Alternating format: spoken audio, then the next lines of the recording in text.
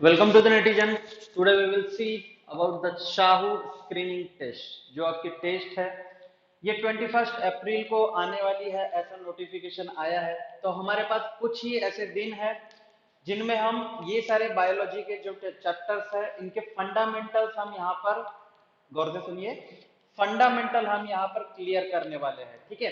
क्योंकि अगर हम डिटेल पढ़ते हैं तो करीब करीब एक ही टॉपिक को हमें कम से कम 6 to 7 डेज का जो टाइम है वो हमें देना पड़ेगा। तो इसलिए हमें क्या करना है कि ये सारे जो टॉपिक है हमारे पास में, सेल हो गया, cell cycle, structure of chromosome, then cell division, genetics, transpiration, photosynthesis, circulatory system, excretory system, nervous system, endocrine glands, reproductive system, population, health and hygiene, ठीक है। हेल्थ एंड हाइजीन तो एंड पॉपुलेशन पॉल्यूशन, ठीक है। तो ये सारे जो topic है ये सारे टॉपिक हमें करना है वन डे के अंदर, ठीक है। एक दिन के अंदर हमें क्या करना है, ये सारे टॉपिक को खत्म करना है। ये सारे टॉपिक को मतलब जैसे आज हम सेल को पढ़ने वाले हैं, ठीक है। तो ये सीक्वेंस से हमारा जो है सिलेबस चलेगा और आपका जो मैक्सिमम पोर्शन है वो क्या होगा, इसमें क्लियर आउट होगा। इससे रिलेटेड हम कुछ एमसीक्यूज, मल्टीपल चॉइस क्वेश्चंस भी हम यहाँ पर देखने वाले हैं। तो आपको ये सारी चीजें जो है वो ध्यान से थोड़ा सा देखना पड़ेगा। चलते हैं फर्स्ट टॉपिक की तरफ, सेल की तरफ, ठीक है। सेल के बारे में हम जानेंगे कि ये जो टॉपिक है ये आप नोट डाउन करके रख सकते हैं। जितने भी टॉपिक है ये आप नोट डाउन कर लीजिए, आपको इन फ्यूचर यहाँ पर ये वर्क यूजफुल रहेंगे, ठीक है। तो अभी हम देखते हैं सेल के बारे में कि सेल के बारे में क्या है, ठीक है। तो इतना आपको समझ में आ गया होगा। बाकी की इंफॉर्मेशन आपको टाइम टू टाइम मिलती रहेगी, नोटिफिकेशन आपको मिलते रहेंगे, ठीक है। तो आपको कम से कम डेमो जो आपका होने वाला है, डेमो मॉक टेस्ट जिसको बोले जाएगा, ठीक है। मॉक टेस्ट जो बोला जाएगा उसको आप थोड़ा सीरियसली दीजिए। मॉक टेस्ट करीब करीब 16 to 18 के बीच में, 16 अप्रैल से 18 अप्रैल के बीच में ये हो सकता है, ठीक है। तो उसको आपको थोड़ा सा ध्यान देना है। तो मॉक टेस्ट के लिए आप प्रिपेयर रहे और मेन एग्जाम के लिए भी आप प्रिपेयर रहे, तो ये आपके लिए यूजफुल होगा। तो सबसे पहले टॉपिक को देखते हैं, सेल को, ठीक है। सेल में हम जानेंगे कुछ ऑर्गेनेलिज के बारे में। सबसे पहले हिस्ट्री ऑफ सेल के बारे में जानेंगे, हिस्ट्री ऑफ सेल। उसके बाद हम जानेंगे कि prokaryotic cell and eukaryotic cell.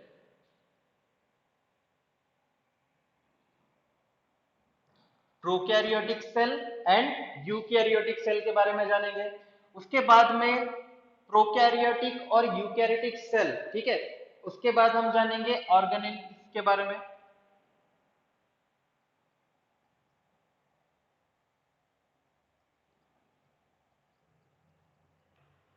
उसके बाद हम जानेंगे ऑर्गेनेल्स के बारे में, ठीक है।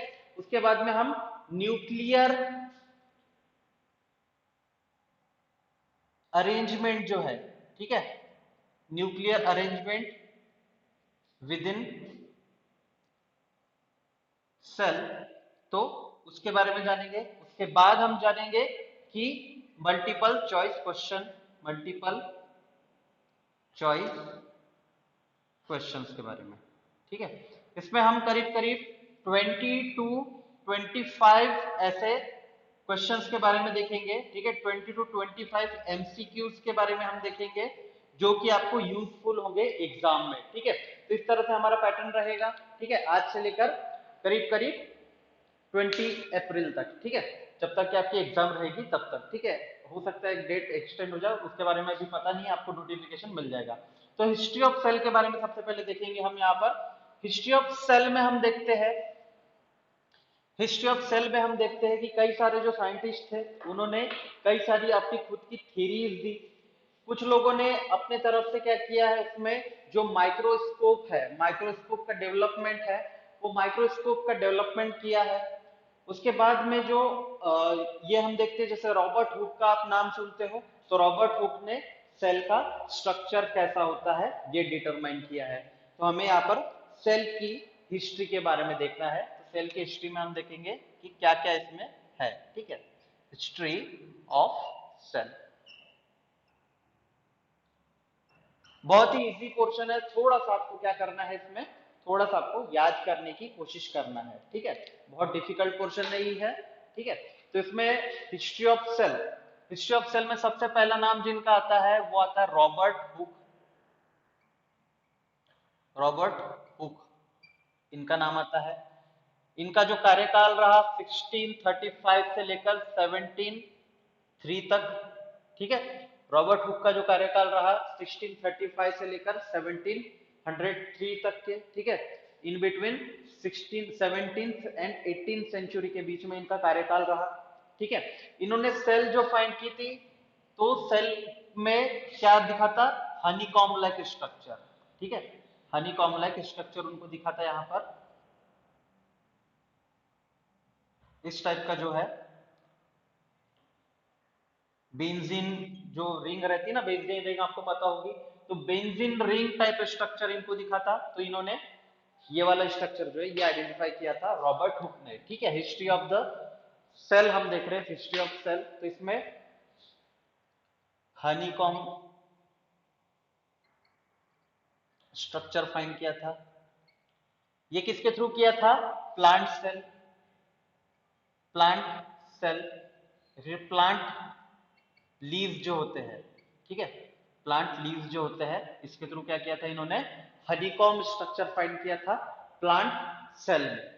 उसके बाद इन्होंने क्या किया था कि हनीकॉम्ब स्ट्रक्चर जो आपने देखा है हनीकॉम्ब स्ट्रक्चर में, तो उसमें आपने इन्होंने एक बुक पब्लिश की थी, माइक्रोफेजिया, माइक्रोफेजिया नाम की बुक जो है, बुक पब्लिश्ड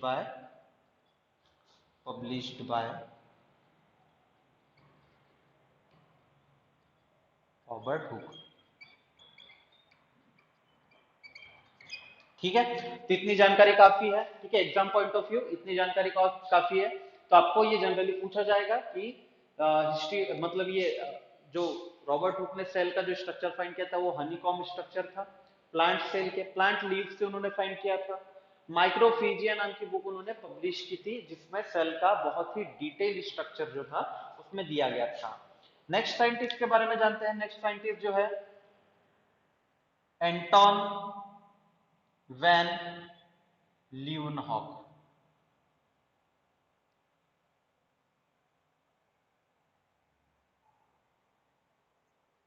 ठीक है, एंटोन वैन ल्यूनहॉक, ठीक है। इनका कार्यकाल रहा 1632 से लेकर 1723 तक, 1632 से लेकर 1723 तक। इन्होंने डिस्कवर किया था compound microscope, compound microscope, compound microscope नहीं बोल सकते उसको, लेकिन डिसेक्शन माइक्रोस्कोप इन्होंने फाइंड किया था, ठीक है। डिसेक्शन माइक्रोस्कोप क्या होता है कि एक छोटा सा इसमें स्ट्रक्चर होता है, ऐसा छोटा उसका शेप होता है, करीब करीब इतना बड़ा होता है वो, ठीक है। डिसेक्शन माइक्रोस्कोप में स्लाइड रखी जाती है, जो स्लाइड जिसमें हम क्या कर सकते हैं, जैसे सपोज हमको किसी इंसेक्ट के लेग वगैरह जो देखने हैं, ठीक है, इंसेक्ट के लेग या फिर थोड़ा सा माइन्यूट है, माइक्रोमीटर में जो है, ठीक है, माइक्रोमीटर को एक्सटेंड, अभी कंपाउंड माइक्रोस्कोप किस में काम आता है, कंपाउंड माइक्रोस्कोप नैनोमीटर को देखने के लिए काम आता है, ठीक है। और ये जो छोटा माइक्रोस्कोप होता है डिसेक्शन माइक्रोस्कोप जो होता है वो जो माइक्रोमीटर जो रहता है एमएम में जो रहता है उनको देखने में काम आता है। तो डिसेक्शन माइक्रोस्कोप का इन्होंने जो है डिस्कवरी की, ठीक है, डिसेक्शन माइक्रोस्कोप जो कि यूजफुल था, उसके लेंस भी काफी जो थे पावरफुल थे, लेकिन वो यूजफुल थे। उसके बाद में हम देखते हैं Robert brown, Robert brown, Robert brown के बारे में देखते हैं, ठीक है। रॉबर्ट ब्राउन का कार्यकाल रहा 1773 से लेकर 1858 तक, 1773 से लेकर 1858 तक। इस कार्यकाल में इन्होंने क्या किया था, इस कार्यकाल में इन्होंने क्या किया था, इन्होंने न्यूक्लियस, प्लांट सेल में जो न्यूक्लियस इन्होंने फाइंड किया था, plant cell nucleus finded, nucleus founded within plant cell. ठीक है, न्यूक्लियस जो है, और nucleus term was coined by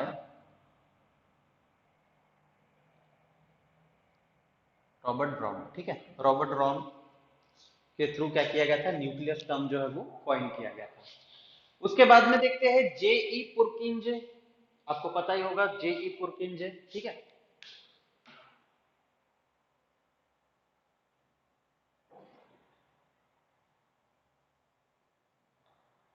JEE पुरकिंजे। ठीक है, इन्होंने क्या किया था, इन्होंने प्रोटोप्लाज्म फाइंड किया था। ठीक है, इन्होंने क्या किया था, प्रोटोप्लाज्म जो है वो फाइंड किया था। इन्होंने प्रोटोप्लाज्म फाइंड किया था। Protoplasm was found by J. Purkinje।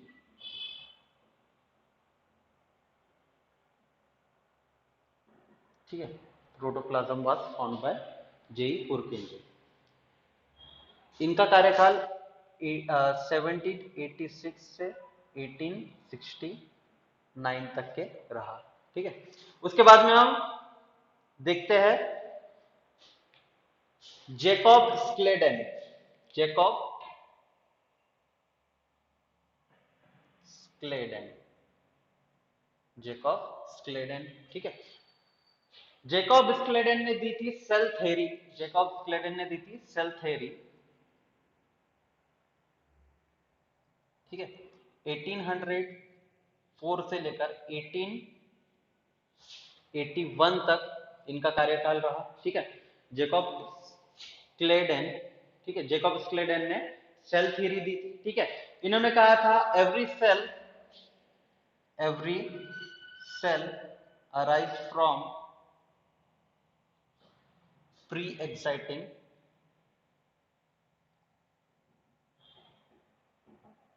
Cell. ठीक है, हर जो सेल होती है उसकी प्री एक्साइटिंग स्टेज होती है, तो प्री एक्साइटिंग स्टेज से उसको क्या होता है, अराइज होता है। ठीक है, प्री एक्साइटिंग सेल से क्या होता है, उसका अराइज होता है। तो जेकॉब स्क्लेडन ने सेल थ्योरी दी थी, every cell arise from pre exciting cell. ठीक है, इस तरह से ये था। उसके बाद में थियोडर स्क्वान।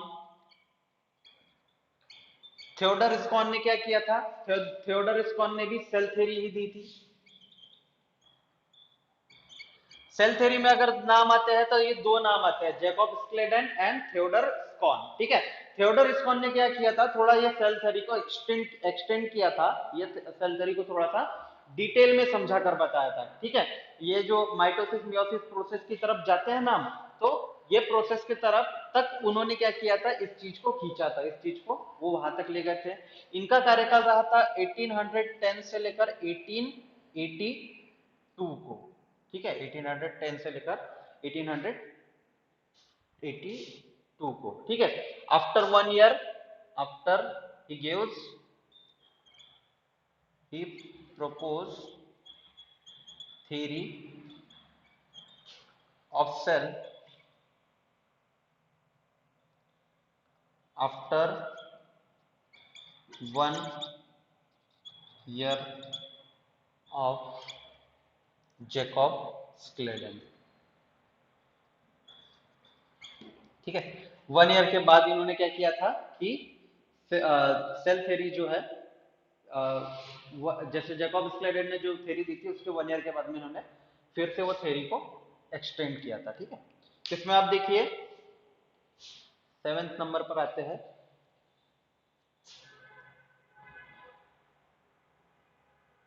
वर्षा। ठीक है, वर्षा ने भी ये दिया था कि जैसे जो सेल जो डिवीजन होता है, सेल डिवीजन जो होता है, ठीक है, सेल डिवीजन जो होता है, ठीक है, सेल डिवीजन में इक्वल नंबर, मतलब इसमें ऐसा बोल सकते हैं, सेल सबसे पहले तो cell arise from pre existing cell. pre-exciting cell, and cell copy itself in equal manner, ठीक है।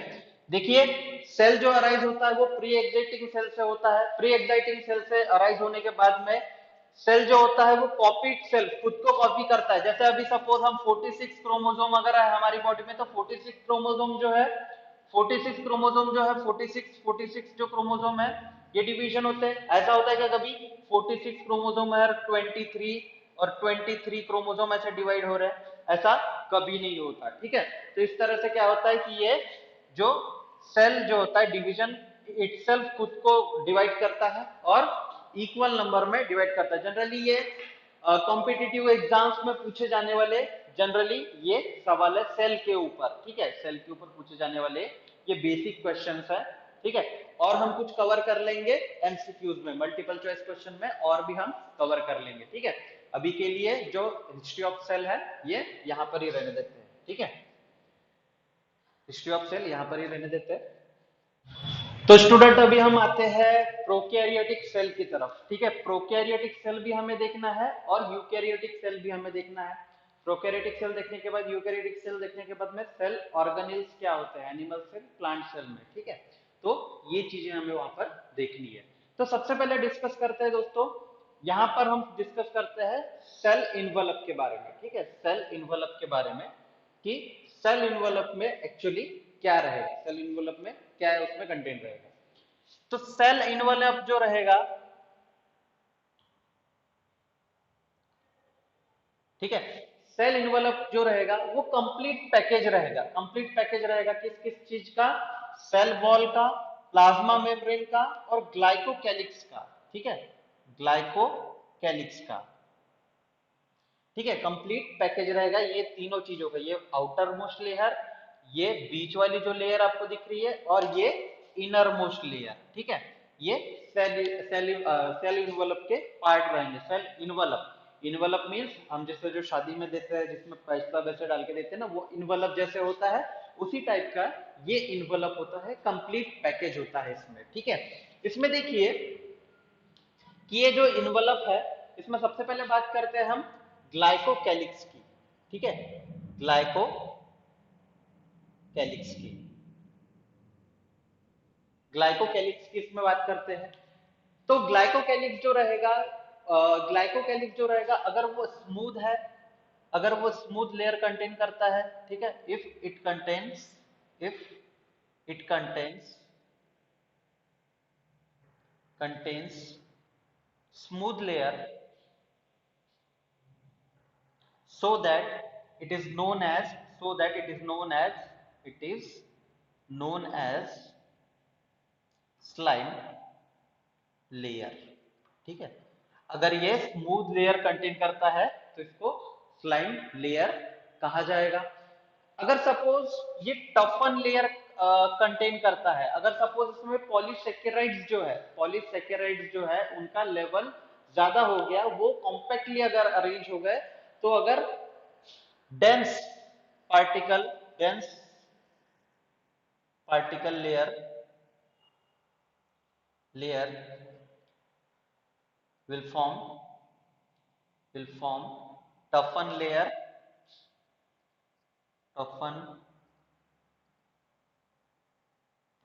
layer, so it is known as capsule, ठीक है। अगर टफन लेयर फॉर्म करता है इसको कहा जाएगा कैप्सूल, अगर स्मूथ लेयर फॉर्म करता है तो उसको कहा जाएगा स्लाइम लेयर, ठीक है। तो टफन लेयर फॉर्म करता है तो इसको कहा जाएगा कैप्सूल। और जनरली ग्लाइकोकैलिक्स जो बना रहेगा वो पॉलीसेकेराइड से बना रहेगा, ठीक है। पॉलीसेकेराइड्स मींस आपको पता है जैसे ग्लूकोज, अगर आप देखो तो ग्रुप ऑफ ग्लूकोज क्या रहेगा, पॉलीसेकेराइड, मतलब सी एच और ओ अगर है उसमें तो वो पॉलीसेकेराइड कहलाएगा, ठीक है। तो इस तरह से ये पॉलीसेकेराइड्स रहेगा। ग्लाइकोकैलिक्स के बारे में बात हो रही है। उसके बाद में आते हैं उसके बाद में आते हैं सेल वॉल की तरफ। सेल वॉल की तरफ अभी देखिए सेल वॉल क्या रहेगा। सेल वॉल जो रहेगा ग्लाइकोकेलिक्स के बाद की लेयर रहेगी, second one layer of the prokaryotic cell, ठीक है, second one layer of the prokaryotic cell. ये भी प्रोटेक्टिव इन नेचर रहेगी, प्रोटेक्टिव इन नेचर। इनके सबसे पहले फंक्शन देख लेते हैं। Protective in nature, in nature, it provides proper shape to proper shape to the prokaryotic cell, ठीक है। It provides proper shape to the prokaryotic cell, shape provide करेगी, प्रोटेक्टिव इन नेचर रहेगा। किससे बनी रहेगी, ठीक है। अगर सपोज यू बैक्टीरिया अगर है, यू बैक्टीरिया है, ठीक है, यू बैक्टीरिया अगर है तो पेप्टिडो पेप्टिडो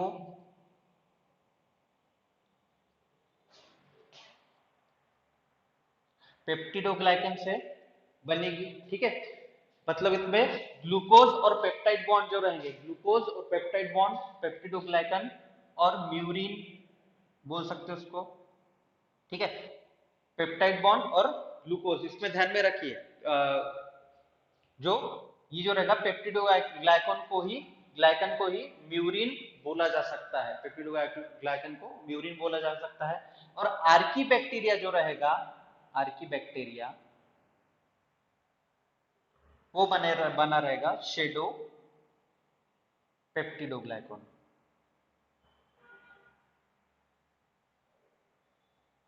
ठीक है। आर्की बैक्टीरिया जो रहेगा शेडो पेप्टिडोग्लाइकन से बना रहेगा। तो इस तरह से सेल वॉल जो रहेगा इस तरह से प्रिपेयर होगा। उसके बाद में देखिए सेल वॉल जैसे हो गया, उसके बाद में आप देखिए प्लाज्मा मेम्ब्रेन पर आते हैं, ठीक है। प्लाज्मा मेम्ब्रेन जो रहेगी वो इनर मोस्ट लेयर रहेगी, ठीक है। प्लाज्मा मेम्ब्रेन इनर मोस्ट, ये आप देख रहे हैं, ये जो लेयर रहेगी ये इनर मोस्ट लेयर जो रहेगी वो प्लाज्मा मेम्ब्रेन रहेगी, ठीक है।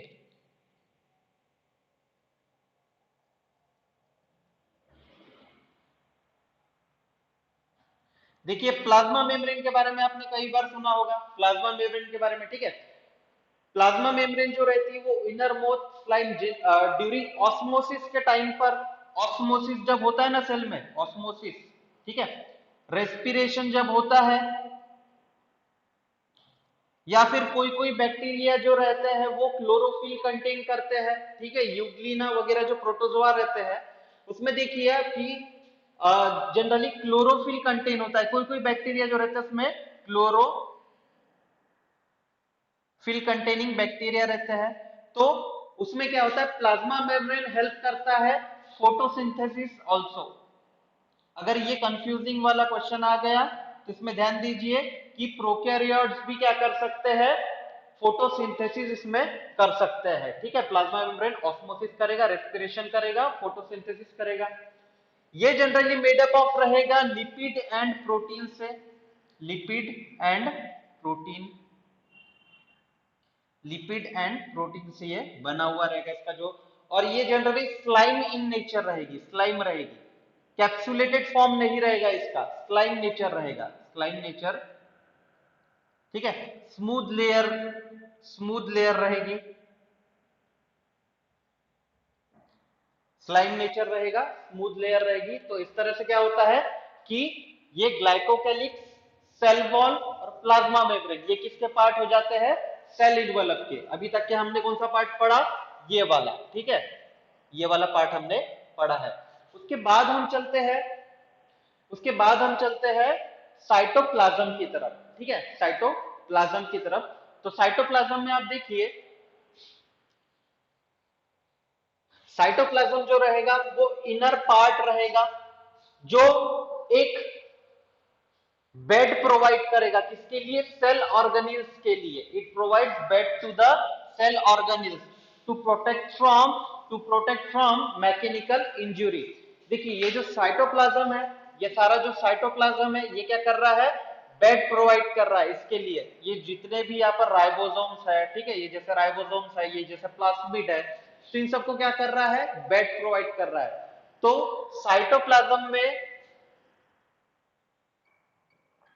साइटोप्लाज्म में आप देखिएगा कि साइटोप्लाज्म में जनरली जो रहेंगे सेल ऑर्गेनिल्स फ्रीक्वेंटली अरेंज्ड रहेंगे। अब इसमें जैसे पूछा जाए, कोई कोई क्वेश्चन में ऐसा आता है कि इसमें ऑर्गेनिक होता है या इनऑर्गेनिक होता है, तो both are present in this cytoplasm, organic material and inorganic material, ठीक है। तो इसमें देखिए जनरली जो प्रेजेंट रहेगा, अभी राइबोसोम प्रेजेंट है, इसका मतलब क्या रहेगा, ये मेडअप ऑफ रहेगा प्रोटीन से, ये मेडअप ऑफ रहेगा प्रोटीन से, ठीक है, ये मेडअप ऑफ रहेगा प्रोटीन से बना हुआ रहेगा। लेकिन मैट्रिक्स लाइक स्ट्रक्चर इसमें रहेगा, मैट्रिक्स इसमें प्रेजेंट रहेगा, ठीक है, मैट्रिक्स में प्रेजेंट रहेगा, स्लाइम रहेगा, ठीक है। तो इस तरह से क्या रहेगा, साइटोप्लाज्म का स्ट्रक्चर इसमें रहेगा, ठीक है। इट हेल्प फ्रॉम, और ये हेल्प करेगा, it helps to organelles from mechanical injuries, ठीक है। हाँ, और इसमें साइटोप्लाज्म में देखिए, इसमें मीजोसोम्स प्रेजेंट रहेंगे, किससे अटैच्ड रहेंगे, मीजोसोम्स जो है इससे न्यूक्लियोइड के साथ में अटैच रहेंगे। न्यूक्लियोइड को मैं यहाँ स्ट्रक्चर दे देता हूँ, इसमें मीजोसोम्स में लिख देता हूँ। मीजोसोम्स आपने शायद कभी सुना नहीं होगा पहले, तो मीजोसोम्स के बारे में देख लेते हैं। मीजोसोम्स का जो है मीजोसोम्स का जो स्ट्रक्चर है, वो स्ट्रक्चर का अभी तक के जो प्रॉपर वर्क फंक्शन जो है वो नोन नहीं है। प्रॉपर वर्क फंक्शन इसलिए नोन नहीं है क्योंकि ये डीएनए रिप्लिकेशन भी करने में मदद करता है, ठीक है। क्रोमेटिन मटेरियल सेपरेट करने में भी मदद करता है, क्रोमेटिन मटेरियल सेपरेशन, ठीक है, क्रोमेटिन मटेरियल सेपरेशन करने में भी मदद करता है, ठीक है। और इसमें आप देखिए क्रोमेटोफोर्स प्रेजेंट रहते हैं, क्रोमेटोफोर्स जो इसमें आप देखे होंगे, तो क्रोमेटोफोर्स इसमें प्रेजेंट रहेंगे, क्रोमेटोफोर्स क्रोमेटोफोर्स प्रेजेंट रहेंगे for the chromatophores means chroma means colour, phores means particle, colour particle, ठीक है।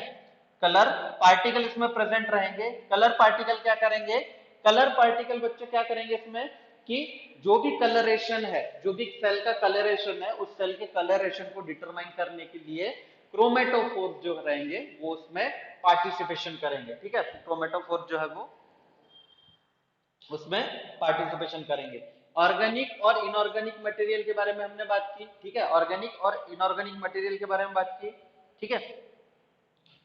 तो ऑर्गेनिक में अगर देखा जाए तो ऑर्गेनिक में स्टार्च मॉलिक्यूल प्रेजेंट रहेंगे, ऑर्गेनिक में स्टार्च मॉलिक्यूल प्रेजेंट रहेंगे, ठीक है, स्टार्च या फिर ग्लूकोज पार्टिकल इसमें प्रेजेंट रहेंगे। इनऑर्गेनिक में अगर देखा जाए तो सल्फर कंटेनिंग, नाइट्रोजन कंटेनिंग, ठीक है, जो भी प्रोकैरियोटिक सेल का नेचर है, जो भी प्रोकैरियोटिक सेल का नेचर है, अकॉर्डिंग टू दिस नेचर ये प्रेजेंट रहेगा उसमें स्टार्च और ग्लूकोज। सल्फर कंटेनिंग बैक्टीरिया जैसे है तो इनऑर्गेनिक में सल्फर रहेगा, नाइट्रोजन प्रेजेंट रहेगा, ठीक है। जिस हिसाब से उसका वर्क फंक्शन है उस हिसाब से उसके अंदर ऑर्गेनिक मटेरियल जो है प्रेजेंट रहेगा। नेक्स्ट आते हैं राइबोसोम की तरफ। अभी देखिए राइबोसोम के बारे में आपने सुना होगा, राइबोसोम जो है प्रोटीन कंटेनिंग साइट है, ठीक है, प्रोटीन सिंथेसिस साइट है राइबोसोम्स,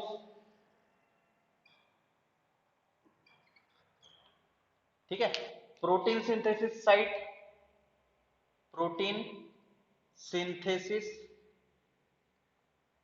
साइट है, ठीक है, प्रोटीन सिंथेसिस साइट है। उसके बाद में आप देखिए जो प्रोटीन सिंथेसिस साइट है तो प्रोटीन सिंथेसिस साइट में अब अगर आप देखोगे, ठीक है, प्रोटीन सिंथेसिस साइट में अगर आप देखोगे तो इसमें 70s टाइप क्या रहते हैं, राइबोसोम्स रहते हैं, 70s टाइप राइबोसोम्स, या फिर आरएनए बोल सकते हैं, जो आरआरएनए जो होता है ना, ठीक है। तो 70s टाइप मतलब 50s प्लस 30s, ठीक है, ये आता है एग्जाम में। 70s, एस को डिनोट किया जाता है स्वेडबर्ग यूनिट,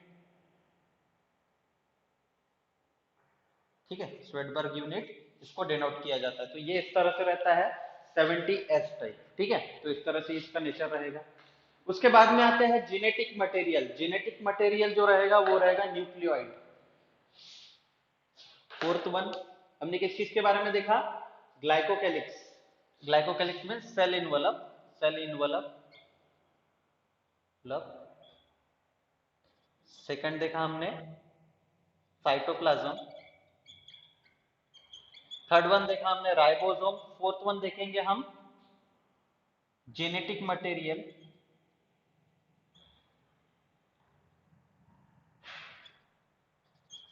ठीक है, जेनेटिक मटेरियल जो है इसमें न्यूक्लियोइड में कंटेन रहेगा। ये वेल डेवलप जो न्यूक्लियस नहीं है। यूकैरियोटिक सेल और प्रोकैरियोटिक सेल में यही डिफरेंस आपको जनरली पहला डिफरेंस जो है ये नजर आएगा कि इसमें न्यूक्लियोइड प्रेजेंट रहता है, ना कि न्यूक्लियोस। न्यूक्लियोइड इसलिए बोला जाता है क्योंकि इसके अंदर जो, इसके ऊपर जो है न्यूक्लियर इन्वलप नहीं है, इसके ऊपर न्यूक्लियर इन्वलप जो है वो एब्सेंट है, इसलिए इसको न्यूक्लियोइड बोला गया है। तो ये न्यूक्लियोइड रहेगा। उसके बाद में आप देखिए इसमें जो जेनेटिक मटेरियल रहेगा वो न्यूक्लियोइड के अंदर रहेगा, न्यूक्लियोइड के अंदर रहेगा, ठीक है। यहाँ पर जो भी जेनेटिक मटेरियल है वो यहाँ पर प्रेजेंट रहेगा, ये साइड पर प्रेजेंट रहेगा, ठीक है। उसमें जो है डीएनए कंटेन रहेगा, डीएनए कंटेन रहेगा, या तो आरएनए कंटेन रहेगा। डीएनए कंटेन है इसका मतलब क्या है, उसके अंदर देखो अभी कुछ कुछ जो प्रोकैरियोट्स ऐसे होते हैं जिनमें डीएनए कंटेन होता है, ऐसे कुछ कुछ होते हैं जिसमें आरएनए कंटेन होता है, ठीक है। जैसे आर्की बैक्टीरिया अगर है, आर्की बैक्टीरिया तो उसमें आरएनए कंटेन रहेगा। यू बैक्टीरिया अगर है तो उसमें क्या रहेगा, डीएनए कंटेंट रहेगा, मतलब खुद का उनके पास में जेनेटिक मटेरियल रहेगा। नेक्स्ट वन है प्लाज्मिड, ठीक है। तो इसके बारे में आप समझ जाइए कि क्या रहता है, ये जनरली पूछा जाता है। हम एग्जाम पॉइंट ऑफ व्यू पढ़ रहे हैं, इसलिए दोस्तों क्या करना है आपको, एग्जाम पॉइंट ऑफ व्यू ही जो है इनके नाम जो है, लेबलिंग जो है आपको ध्यान में रखना है, ठीक है। साथ ही साथ आप क्या कर सकते हैं, लिख भी सकते हैं, ठीक है। प्लाज्मिड जो है, plasmid extra chromosomal, extra chromosomal मोजोमल डीएनए इसको बोला जाता है, ठीक है, एक्स्ट्रा क्रोमोसोमल डीएनए, ठीक है, called plasmid. Extra chromosomal DNA called plasmid, ठीक है। इसमें मिनी क्रोमोसोम जो है वो प्रेजेंट रहेगा, मिनी क्रोमोसोम, मिनी क्रोमोसोम इसमें प्रेजेंट रहेगा, मिनी क्रोमोसोम, ठीक है। तो इतना ध्यान में रखिए कि इस टाइप से ये प्रोकैरियोटिक सेल का जो है वो स्ट्रक्चर इस तरह से डिटरमाइन होगा, ठीक है, इतना ध्यान में रखिए। उसके बाद में हम जाते हैं यूकैरियोटिक सेल की तरफ, ठीक है। यूकैरियोटिक सेल किस तरह से अपना वर्क जो है वो परफॉर्म करती है और किस तरह से इसमें देखा जाता है, ठीक है। यूकैरियोटिक सेल की तरफ चलेंगे हम। यूकैरियोटिक सेल का जो स्ट्रक्चर पढ़ा है उसमें हमने काफी चीजें जो है वो सीखी है, ठीक है। तो इसमें हमने अभी यूकैरियोटिक सेल के बारे में देखना है, यूकैरियोटिक सेल के बारे में। तो यूकैरियोटिक सेल में क्या है, एनिमल सेल और प्लांट सेल। प्लांट सेल मैंने अभी यहाँ पर ड्रॉ किया है, लेकिन प्लांट सेल को इसलिए ड्रॉ किया गया है क्योंकि इसमें देखिए जनरली प्लांट सेल में आप अगर देखोगे तो इसमें वेल डिफाइंड स्ट्रक्चर रहेगा, एनिमल सेल में भी वेल डिफाइंड स्ट्रक्चर रहेगा, ऐसी कोई बात नहीं है। लेकिन यहाँ पर हमारे पास में स्पेस जो है ये थोड़ा सा था, इसलिए हमने यहाँ पर प्लांट सेल को यहाँ पर डिटरमाइन किया है।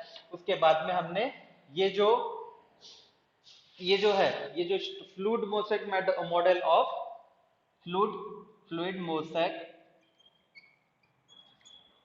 मॉडल ऑफ प्लाज्मा मेम्ब्रेन, ठीक है। ये बहुत वेल डिफाइंड स्ट्रक्चर इसको बोला जाता है, बहुत ही वेल डिफाइंड स्ट्रक्चर इसको बोला जाता है, ठीक है, फ्लूइड मोसेक मॉडल को। इसमें जनरली देखिएगा फ्लूइड मोसेक मॉडल में इसमें जो है लिपिड और प्रोटीन से ये बना हुआ होता है, तो इसको हम देखेंगे बाद में, लेकिन सबसे पहले हम लेयर्स के बारे में, ये वाले पोर्शन के बारे में डिस्कस कर लेते हैं। ठीक है, ये वाले पोर्शन के बारे में डिस्कस कर लेते हैं। तो ये पोर्शन को जब हम देखते हैं, तो ये पोर्शन को हम देखते हैं कि यहाँ पर सेल वॉल प्रेजेंट रहता है, प्लाज्मा मेम्ब्रेन प्रेजेंट रहता है, आउटर लेयर जो रहती है, आउटर लेयर जो रहेगी वो जनरली प्रेजेंट रहेगी। जिस तरह से प्रोकैरियोटिक सेल में ग्लाइकोकैलिक्स प्रेजेंट था, उसी तरह से यहाँ पर भी ग्लाइकोकैलिक्स टाइप स्ट्रक्चर यहाँ पर भी रहेगा। ठीक है, ये सेल वॉल के अंडर में आ जाएगा, ये दोनों चीजें जो है वो सेल वॉल के अंडर में आ जाएगी, ये जो पोर्शन सेल वॉल के अंडर में आ जाएगा। ठीक है, मतलब ये सेल इन्वलप में, ये सेल इन्वलप के बारे में हमें डिस्कस करना है। तो सेल वॉल की तरफ चलते हैं। सेल वॉल जो रहेगा सबसे पहले, ठीक है, आउटर मोस्ट लेयर रहेगा, आउटर मोस्ट लेयर रहेगा, जो सेल को स्ट्रक्चर आएगा, स्ट्रक्चर मतलब शेप आएगा, it provide shape to the cell, चाहे वो एनिमल सेल हो या फिर प्लांट सेल हो। ठीक है, एनिमल सेल हो या फिर प्लांट सेल हो। एनिमल सेल जो रहता है वो वेल डेवलप नहीं रहता, उसमें देखिएगा कि प्लाज्मा मेम्ब्रेन जो रहेगा वो बहुत अच्छे से डेवलप वहां पर रहेगा। ठीक है, तो इसमें प्लांट सेल, एनिमल सेल इसमें ले सकते हैं, प्लांट एनिमल सेल इसमें ले सकते हैं। ठीक है, mechanical, it help from mechanical injury,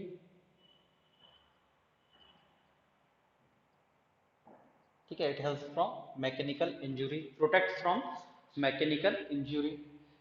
इसमें जनरली देखिएगा तो इसका जो रहता है डायमेंशन, इसका अगर देखेंगे डायमेंशन, तो 0.1 नैनोमीटर से शुरू होकर 0.1 नैनोमीटर से शुरू होकर 0.7 तक ये क्या हो सकता है, नैनोमीटर तक के ये क्या हो सकता है, एक्सपेंडेबल हो सकता है। ठीक है, तो इसमें ये इसके डायमेंशन रहेंगे। उसके बाद में देखिए जो हाइयर प्लांट रहेंगे, हाइयर प्लांट रहेंगे। ठीक है, हाइयर प्लांट जो रहेंगे, हाइयर प्लांट में जो रहेगा उसका जो मेडअप ऑफ रहेगा, मेडअप ऑफ मींस क्या बोल सकते हैं, जैसे कि हमने पॉलीसेकेराइड्स देखा था। ठीक है, पॉलीसेकेराइड्स जो हमने देखा था, पॉलीसेकेराइड्स, पॉलीसेकेराइड्स जो रहेगा, पॉलीसेकेराइड्स हमने प्रोकैरियोटिक सेल में क्या देखा था, प्रोकैरियोटिक सेल में हमने देखा था म्यूरिन, पॉलीसेकेराइड जो देखा था हमने प्रोकैरियोटिक सेल में म्यूरिन, और यूकैरियोटिक सेल में जो रहेगा, यूकैरियोटिक सेल में प्रेजेंट रहेगा सेल्यूलोज। ठीक है, सेल्यूलोज जो रहेगा, ये सेल्यूलोज जो है ये प्रोकैरियोटिक है, प्रोकैरियोटिक में पॉलीसेकेराइड्स है। ठीक है, सेल्यूलोज पॉलीसेकेराइड्स है। ठीक है, उसके बाद में पेक्टिन, ये नाम ध्यान में रखिए, ये किसी भी तरह से पूछे जा सकते हैं। ठीक है, ये हाइयर प्लांट्स की बात चल रही है। Lignin, hemicellulose, cutin, suberin. ठीक है, ये जो रहेगा सेल वॉल में प्रेजेंट रहेगा। अभी देखिए क्यूटिन सबरिन जो रहेगा न्यूक्लियस में प्रेजेंट रहता है, वो किस वजह से हो जाता है प्रेजेंट, वो इसलिए क्योंकि पॉलीसेकेराइड वहां पर जो कंटेंट रहेगा, सपोज वहां पर ज्यादा हो गया तो क्या हो सकता है, न्यूक्लियस या फिर जो कोर पार्टिकल, कॉर्क वाला जो पार्टिकल रहता है उसमें भी, कॉर्क वाला जो पोर्शन रहता है उसमें भी ये पार्टिकल जो है इंक्लूड हो सकते हैं। तो इसमें देखिए पॉलीसेकेराइड में cellulose, pectin, lignin, hemicellulose, cutin, suberin. ठीक है, तो ये चीजें जो रहेगी सेल वॉल में जनरली प्रेजेंट रहेगी, ये मेरा बताने का अर्थ है। ठीक है, ये चीजें जो रहेगी जनरली सेल वॉल में प्रेजेंट रहेगी। थोड़ा सा हमारा जो ये स्ट्रक्चर है फ्लूइड मोसेक मॉडल का, ये थोड़ा सा एक्सटेंड हो सकता है, क्योंकि ये इसके बारे में, फ्लूइड मोसेक मॉडल के बारे में काफी कुछ चीजें दी गई है यूकैरियोटिक सेल के बारे में, यूकैरियोटिक सेल के बारे में।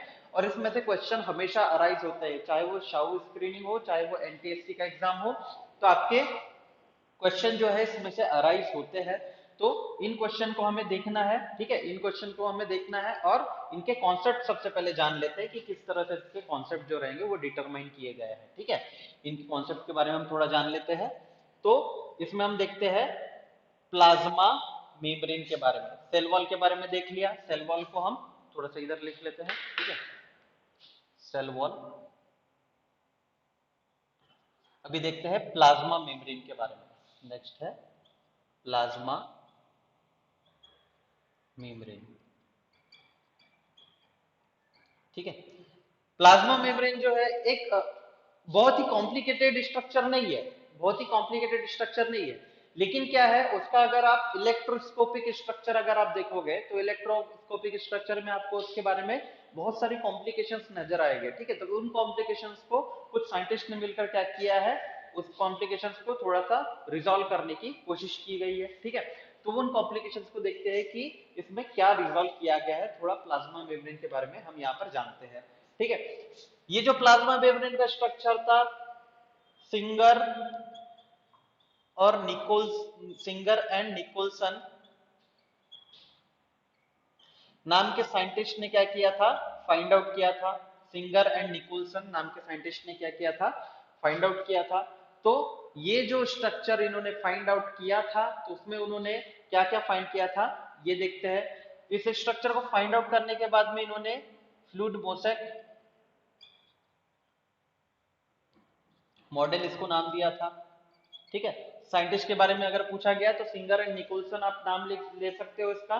फ्लूइड मोसेक मॉडल जो है इन्होंने रिप्रेजेंट किया था।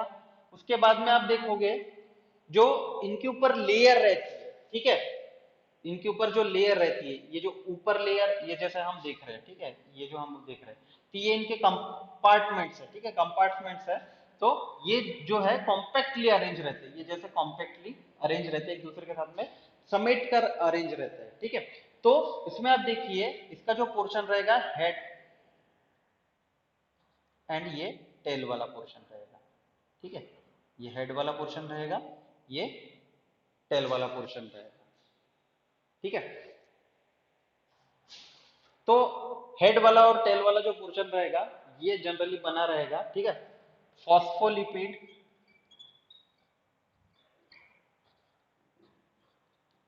बाइलेयर।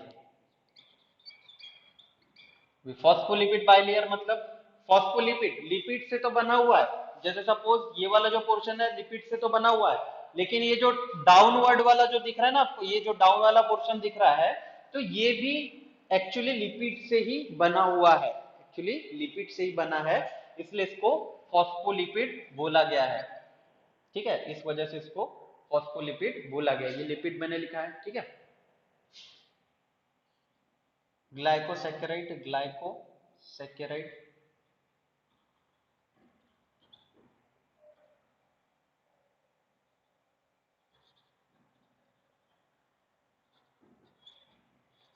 ग्लाइकोसैकेराइड फॉस्फोलिपिड। ठीक है, ग्लाइकोसैकेराइड फॉस्फोलिपिड से बना हुआ है। ठीक है, इसमें आप देखिए इनका जो डायमेंशन रहेगा, इनका जो डायमेंशन रहेगा ये 45 एंगस्ट्रॉम से लेकर 45 एंगस्ट्रॉम से लेकर 60 एंगस्ट्रॉम तक के क्या रहता है, इनका डायमेंशन रहता है। ये जो आप देख रहे हैं, ये जो लेयर का डायमेंशन आप देख रहे हैं, ये 45 एंगस्ट्रॉम से लेकर 60 एंगस्ट्रॉम तक के इसका डायमेंशन आपको देखने को मिलेगा। उसके बाद में आप देखिए कि हाँ, उसमें आपको देखने को मिलेगा कि एक्सट्रिंसिक और इंट्रिंसिक। ठीक है, एक्सट्रिंसिक और इंट्रिंसिक इसमें देखने को मिलेगा। एक्सट्रिंसिक देख लेते हैं। ठीक है, एक्सट्रिंसिक मतलब जो होगा, ये जो पोर्शन आपको अपीयर हो रहा है, ये जो पोर्शन आपको अपीयर हो रहा है, तो ये एक्सट्रिंसिक पोर्शन रहेगा, एक्सट्रिंसिक पोर्शन रहेगा। ठीक है, और ये जो अपीयर नहीं हो रहा है, ये जो इंटरनल बॉडी जो उसकी अपीयर नहीं हो रही है, ये रहेगी intrinsic, appear of integral protein.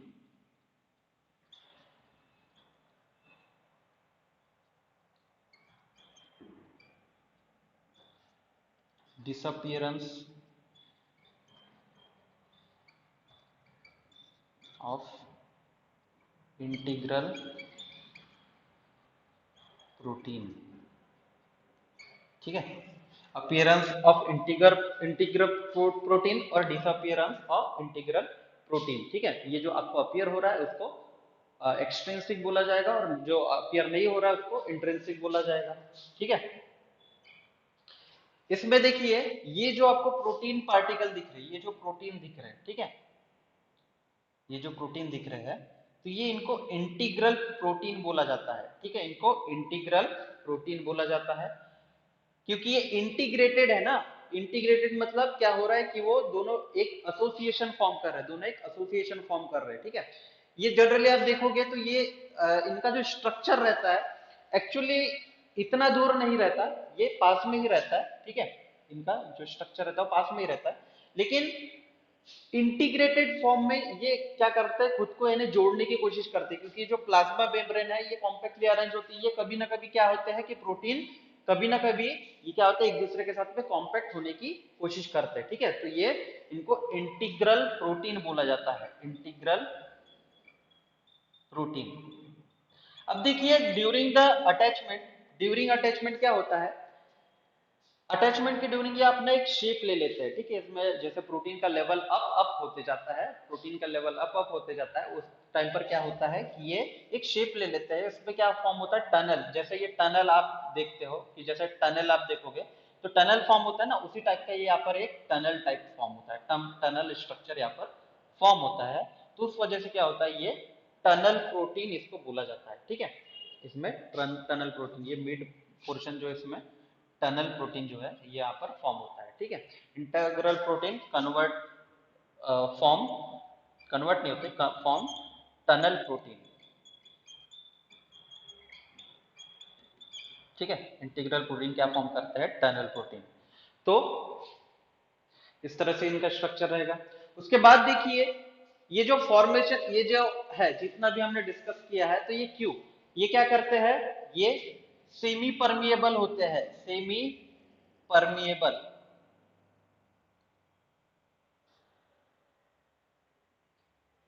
ठीक है, सेमी परमिएबल होते हैं, ठीक है।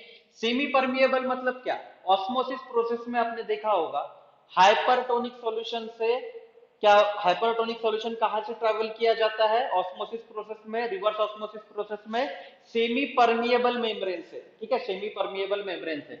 अगर आप देखोगे ये वाले जो पोर्शन में, ये वाले रीजन में आप अगर प्लाज्मा मेम्ब्रेन का अगर स्ट्रक्चर देखोगे या फिर प्लाज्मा मेम्ब्रेन का जो है वर्क फंक्शन अगर देखोगे, तो प्लाज्मा मेम्ब्रेन क्या क्या करता है, रीअब्जॉर्प्शन करता है, ठीक है, गैसेस का एक्सचेंज करता है, ऑस्मोसिस प्रोसेस मतलब हाइपरटोनिक सॉल्यूशन अगर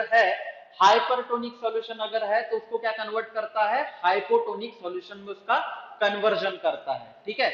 ये चीजें आपने देखी होगी, किसमें होता है ये होता है प्लाज्मा मेम्ब्रेन में, ये होता है प्लाज्मा मेम्ब्रेन में, इसलिए इसको क्या बोला गया है, सेमी परमिएबल बोला गया है, ठीक है। और इसके फंक्शन क्या रहेंगे, gases exchange, gases exchange, reabsorption, ठीक है, रीएब्जॉर्प्शन करेगा ये, उसके बाद में क्या करेगा, एक्सक्रीशन भी करने का काम करेगा, ऑस्मोसिस करने का काम करेगा, ठीक है, ऑस्मोसिस भी करेगा, तो इस तरह से क्या रहेगा इनका वर्क फंक्शन, इस तरह से यहाँ पर आपको अपीयर होगा और इस तरह से क्या करेगा ये काम करेगा, कौन, ये प्लाज्मा मेम्ब्रेन, ठीक है। तो प्लाज्मा मेम्ब्रेन इस तरह से ये अपना वर्क जो है परफॉर्म करेगी, इस तरह से इसका वर्क रहेगा, तो यहाँ पर आपको इतना समझ में आ गया होगा, ठीक है। इसमें देखिए आपने सुना होगा ऑस्मोसिस में एक्टिव पैसिव एब्जॉर्प्शन आपने सुना होगा, ठीक है, एक्टिव पैसिव एब्जॉर्प्शन। अभी एक्टिव पैसिव एब्जॉर्प्शन इसलिए बता रहा हूं क्योंकि ये एग्जाम में पूछा जाता है जनरली। तो एक्टिव पैसिव एब्जॉर्प्शन क्या होता है, जैसे आपको पता है कि एक्टिव एब्जॉर्प्शन अगर है उसका मतलब क्या हो रहा है, पूरी तरह से जो है हाइपरटोनिक सॉल्यूशन या फिर हाइपरटोनिक गैसेस जो है, ठीक है, सॉल्यूशन है या फिर गैसेस है, तो वो क्या हो रही है, पूरी तरह से एब्जॉर्ब हो रही है, पूरी तरह से एब्जॉर्ब हो रही है, उसको बोलेंगे एक्टिव एब्जॉर्प्शन, ठीक है। पैसिव एब्जॉर्प्शन किसको बोलेंगे, कुछ पार्ट हो रहा है एब्जॉर्ब, कुछ पार्ट एब्जॉर्ब हो रहा है, कुछ पार्ट एब्जॉर्ब नहीं हो रहा है, वो डायरेक्टली एक्सक्रीट हो जा रहा है, वो यानी एक्शन पोटेंशियल उसमें है ही नहीं, एक्शन पोटेंशियल उसमें है ही नहीं, ठीक है। तो वो एक्टिव एब्जॉर्प्शन और पैसिव एब्जॉर्प्शन यहां पर लिख देता हूं मैं, active absorption and passive absorption,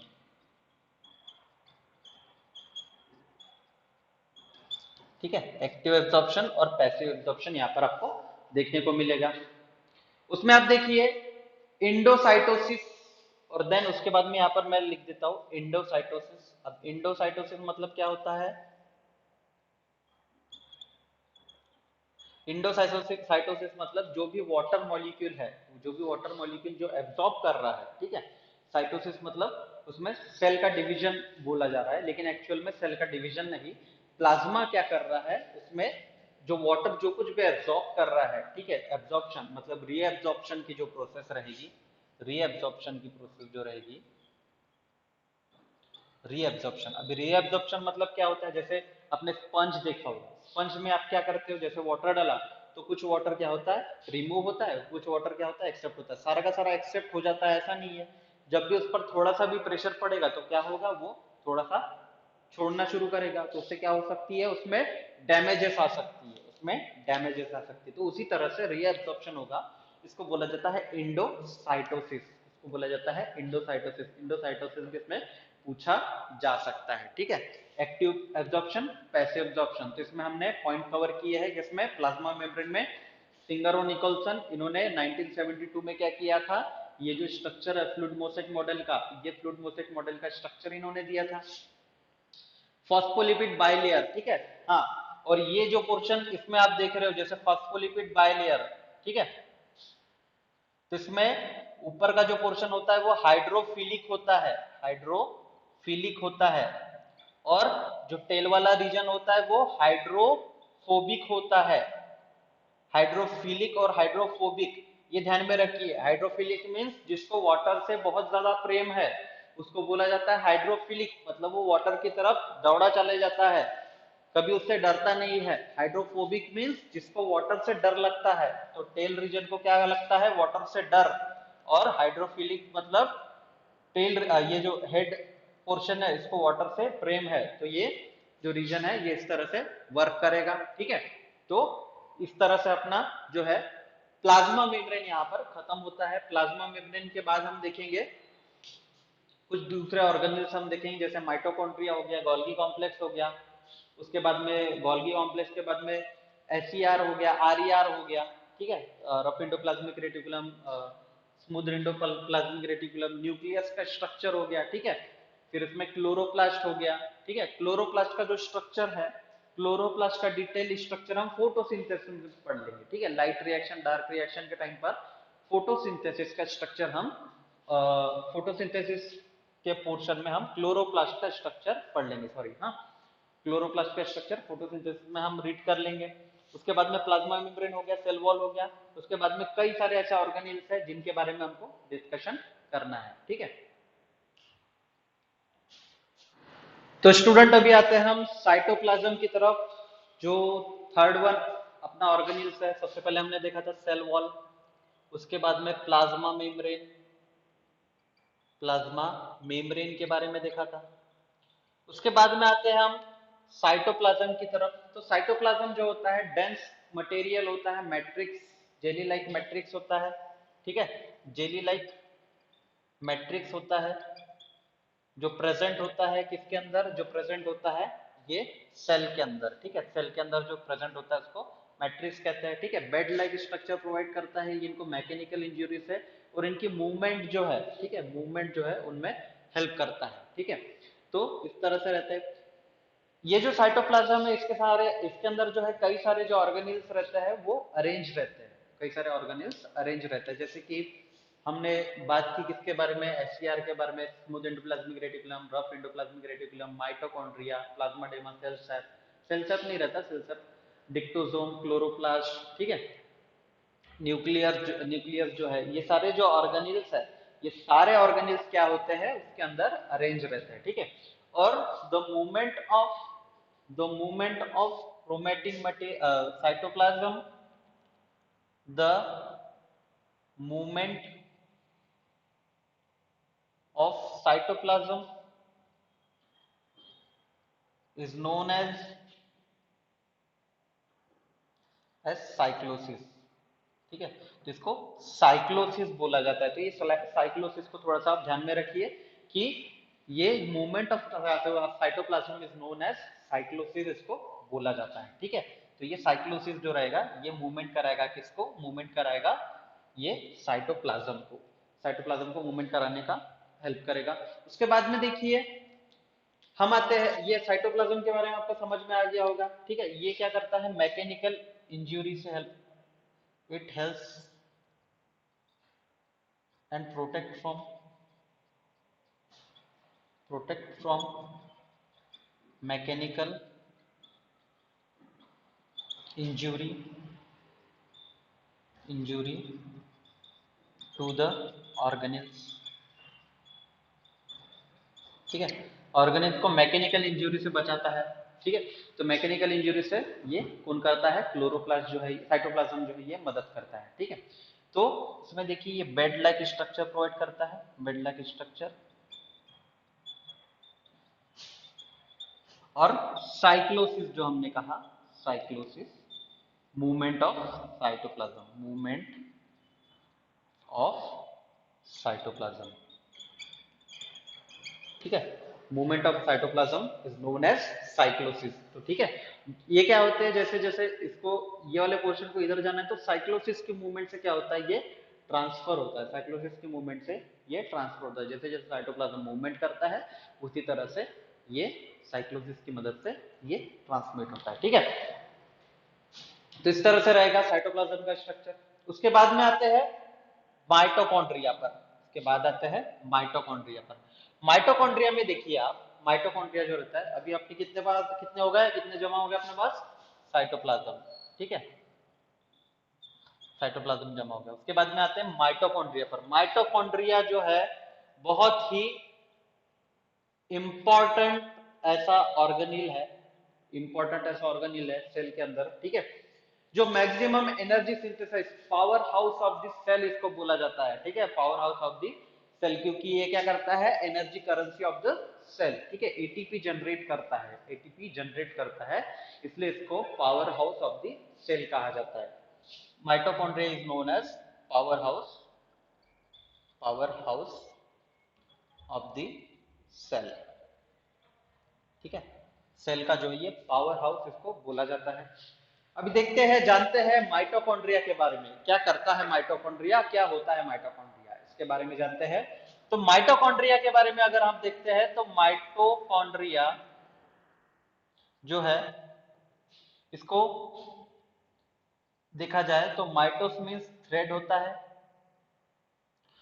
cord chondria means granule. Thread like granule तो दिख रहा नहीं है, लेकिन थ्रेड लाइक ग्रेन्यूल बोला गया है। अभी थ्रेड लाइक ग्रेन्यूल इसलिए बोला गया है क्योंकि जब आप इसका इलेक्ट्रोस्कोपिक स्ट्रक्चर देखते हो तो इस टाइप से आपको दिखाई देता है, ठीक है, इस टाइप से आपको दिखाई देता है, इसलिए इसको थ्रेड ग्रेन्यूल बोला गया है, ठीक है। माइटोस मीन्स थ्रेड ग्रेन्यूल, ठीक है। एटीपी जनरेट करता है, एटीपी क्या होती है, ATP is the energy currency of the cell, ठीक है। एटीपी के बारे में लिख दे, adenosine triphosphate energy currency of the cell, ठीक है। किसके पॉइंट ऑफ व्यू लिख रहे हैं हम पॉइंट ऑफ व्यू लिख रहे हैं, ये जो कुछ भी हमको कॉम्पिटिटिव में आना है उसके पॉइंट ऑफ व्यू हम लिख रहे हैं, ठीक है। डायमेंशन जान लेते हैं, करीब करीब एक सेल में, जैसे ये एक सेल का स्ट्रक्चर मैंने ड्रॉ किया, तो एक सेल में करीब करीब 50 से 50,000 सेल किसके रहते हैं, 50 to 50,000,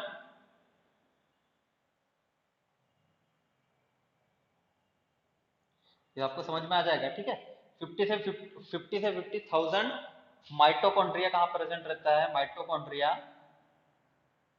कॉन्ड्रिया present in one cell, ठीक है, mitochondria present in one cell, ठीक है। तो इस तरह से इसका रहता है, ठीक है। और इसका आप देखोगे, इसका आप साइज देखोगे अगर, तो इसका साइज होता है 0.2 से 2.0 माइक्रोन, ठीक है, 0.2 से 2.0 माइक्रोन इसका शेप होता है, साइज होता है, ठीक है। इसका जो मेम्ब्रेन का स्ट्रक्चर रहता है, मेम्ब्रेन का स्ट्रक्चर ये 60 एंगस्ट्रॉम का रहता है, ठीक है, मेम्ब्रेनस मेम्ब्रेन स्ट्रक्चर। किसके देख रहे हैं हम, डायमेंशंस देख रहे हैं, डायमेंशंस, ठीक है, डायमेंशन अभी हम देख रहे हैं। तो 60 एंगस्ट्रॉम का इसका स्ट्रक्चर होता है और साइज जो होता है इसका 0.2 से 2.0 माइक्रोन का होता है। 60 एंगस्ट्रॉम, एंगस्ट्रॉम का क्या होता है, इसका मेम्ब्रेन स्ट्रक्चर होता है। ठीक है, 60 एंगस्ट्रॉम का मेम्ब्रेन ऑफ स्ट्रक्चर होता है। ठीक है, ये जो रहता है, ये सेल जो रहता है, अभी देखिए इसके बारे में, जैसे हमने प्लाज्मा मेम्ब्रेन के बारे में हमने देखा था कि ये सिलेक्टिवली परमिएबल है। ठीक है, सिलेक्टिवली परमिएबल। सिलेक्टिवली परमिएबल मतलब किसके लिए सिलेक्टिवली परमिएबल? ये इनर ऑर्गेनेल्स के लिए, मतलब जैसे इसको गैसेस एक्सचेंज करनी है, मतलब ये साइटोप्लाज्म में प्रेजेंट है ना, तो साइटोप्लाज्म में प्रेजेंट है, इसका मतलब क्या है कि माइटोकॉन्ड्रिया जो है साइटोप्लाज्म में प्रेजेंट है, ये जैसे माइटोकॉन्ड्रिया, तो इसको भी गैसेस की रिक्वायरमेंट रहती है। एडेनोसाइन ट्राइफॉस्फेट अगर जा रहा आ रहा है इसके अंदर से, तो इसको भी सिलेक्टिवली परमिएबल रहना पड़ेगा ना। तो ये क्या होता है, इसका नेचर सिलेक्टिवली परमिएबल रहता है। ठीक है, इसका नेचर क्या होता है, सिलेक्टिवली परमिएबल इसका होता है। ठीक है, तो इस तरह से इसका स्ट्रक्चर रहेगा, सिलेक्टिवली परमिएबल।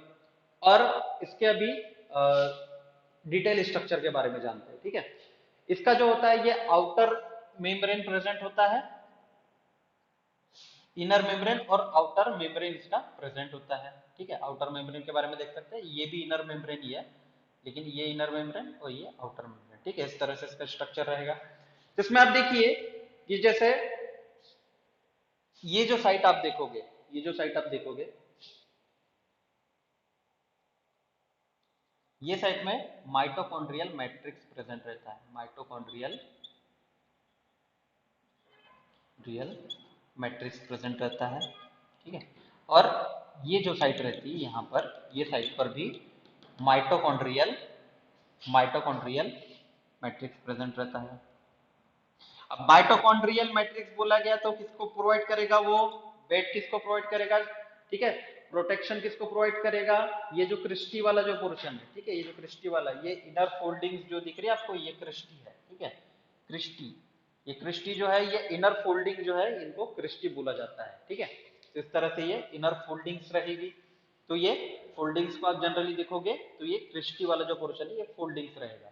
इसके अंदर आप देखिए कि इसमें आप देखोगे कि ये जो पार्टिकल्स आपको दिख रहे हैं, ठीक है, तो इनको बोला जाता है F1 पार्टिकल, या फिर ऑक्सीजोम्स इनको बोला जाता है, ऑक्सीजोम्स इनको बोला जाता है। इनका स्ट्रक्चर कुछ इस तरह से रहता है,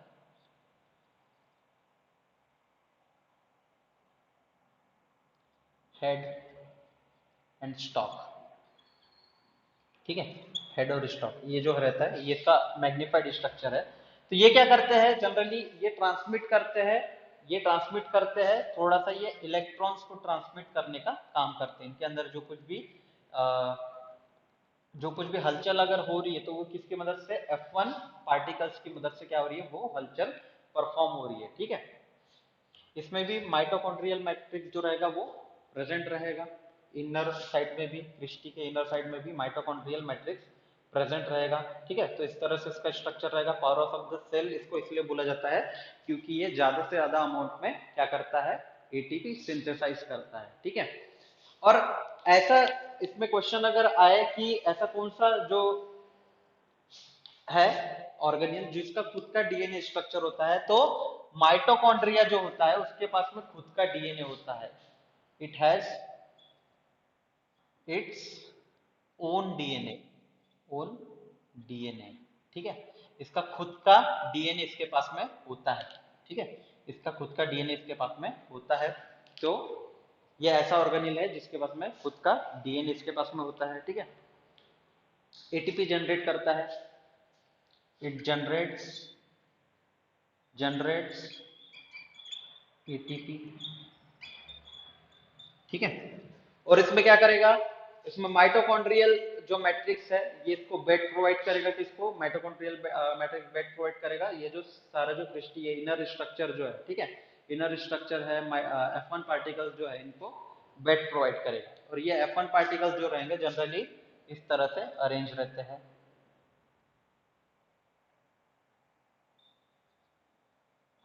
इस तरह से ये अरेंज रहते हैं। ठीक है, तो ये एक दूसरे के साथ में इस तरह से अरेंज रहेंगे, ठीक है। तो ये इस तरह से वर्क करेगा, और ये सारा जो स्ट्रक्चर है आप देख रहे हैं, ये सारा जो स्ट्रक्चर है जनरली ये बहुत ही कॉम्प्लिकेटेड स्ट्रक्चर रहेगा। आपको समझ में आ ही गया होगा कि ये किस तरह से फंक्शन करेगा, ठीक है। इसका और डिटेल स्ट्रक्चर में आप अगर देखोगे तो ये हेल्प करता है इलेक्ट्रॉन ट्रांसपोर्ट सिस्टम में, electron transport transport system, ETS, ठीक है। इलेक्ट्रॉन ट्रांसपोर्ट सिस्टम में ये हेल्प करता है। तो इस तरह से इसका स्ट्रक्चर रहेगा जनरली, ठीक है।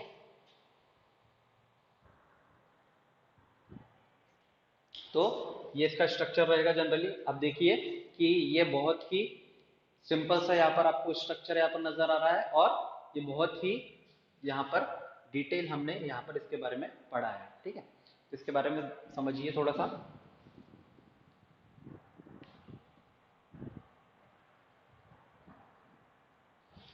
हाँ, और मैट्रिक्स के बारे में बात करते हैं। माइटोकॉन्ड्रियल मैट्रिक्स जो है, माइटोकॉन्ड्रियल मैट्रिक्स माइटोकॉन्ड्रियल मैट्रिक्स जो है, माइटोकॉन्ड्रियल मैट्रिक्स जनरली कंटेन करेगा प्रोटीन, लिपिड और राइबोसोम्स, ठीक है। राइबोसोम जो रहेंगे वो 70s टाइप के राइबोसोम्स यहाँ पर रहेंगे, प्रोकैरियोटिक राइबोसोम जिनको बोला जाता है ना, प्रोकैरियोटिक सेल के जो राइबोसोम, तो जनरली 70s टाइप के राइबोसोम्स यहाँ पर मिलेंगे। क्योंकि देखिए अगर 80s टाइप के माइक्रोसोम या राइबोसोम यहाँ पर रहते हैं, 80s टाइप के राइबोसोम अगर रहते हैं, तो 80s के टाइप के जो राइबोसोम्स जो रहेंगे वो क्या करेंगे, ज्यादा प्रोटीन सिंथेसिस करेंगे। उसकी वजह से क्या हो सकता है, ये जो आउटर मेम्ब्रेन है ये बर्स्ट हो सकता है, ठीक है। इसलिए इसके अंदर क्या रहते हैं, जो प्रोकैरियोटिक में राइबोसोम्स रहते हैं ना, उस टाइप के राइबोसोम्स इसके अंदर प्रेजेंट रहते हैं। इसके अंदर जो प्रोटीन सिंथेसिस के लिए साइट प्रेजेंट रहती है, तो इस टाइप के राइबोसोम्स प्रेजेंट रहते हैं, ठीक है। आज के लिए काफी है हमारे पास में डेटा। उसके बाद में हम ये जितने भी बचे हुए ऑर्गेनिल्स है, ठीक है, एनिमल सेल, बाद में हम एनिमल सेल को ड्रॉ करेंगे, और उसके हिसाब से क्या करेंगे कि ऑर्गेनिल्स के बारे में थोड़ी सी चर्चा करेंगे, और उसके बाद में हम एमसीक्यूज देखेंगे कि किस तरह से एमसीक्यूज जो है वो पूछे जाते हैं, ठीक है। तो इस तरह से आज हमारा माइटोकॉन्ड्रिया, हमने पहले क्या पढ़ा है थोड़ा सा रिवाइज कर लेते हैं। सबसे पहले हमने पढ़ा प्रोकैरियोटिक सेल, यूकैरियोटिक सेल। सबसे पहले तो हिस्ट्री पढ़ी, उसके बाद में प्रोकैरियोटिक सेल, यूकैरियोटिक सेल, और उसके बाद हमने पढ़ा है कि ये माइटोकॉन्ड्रिया के ये जो ऑर्गेनिल्स है, जितने भी ऑर्गेनिल्स है उन सारी चीजों के बारे में पढ़ा है, ठीक है। तो आपको ये समझना बहुत ही इंपॉर्टेंट है। तो अभी बाकी का पोर्शन नेक्स्ट क्लास में देखेंगे।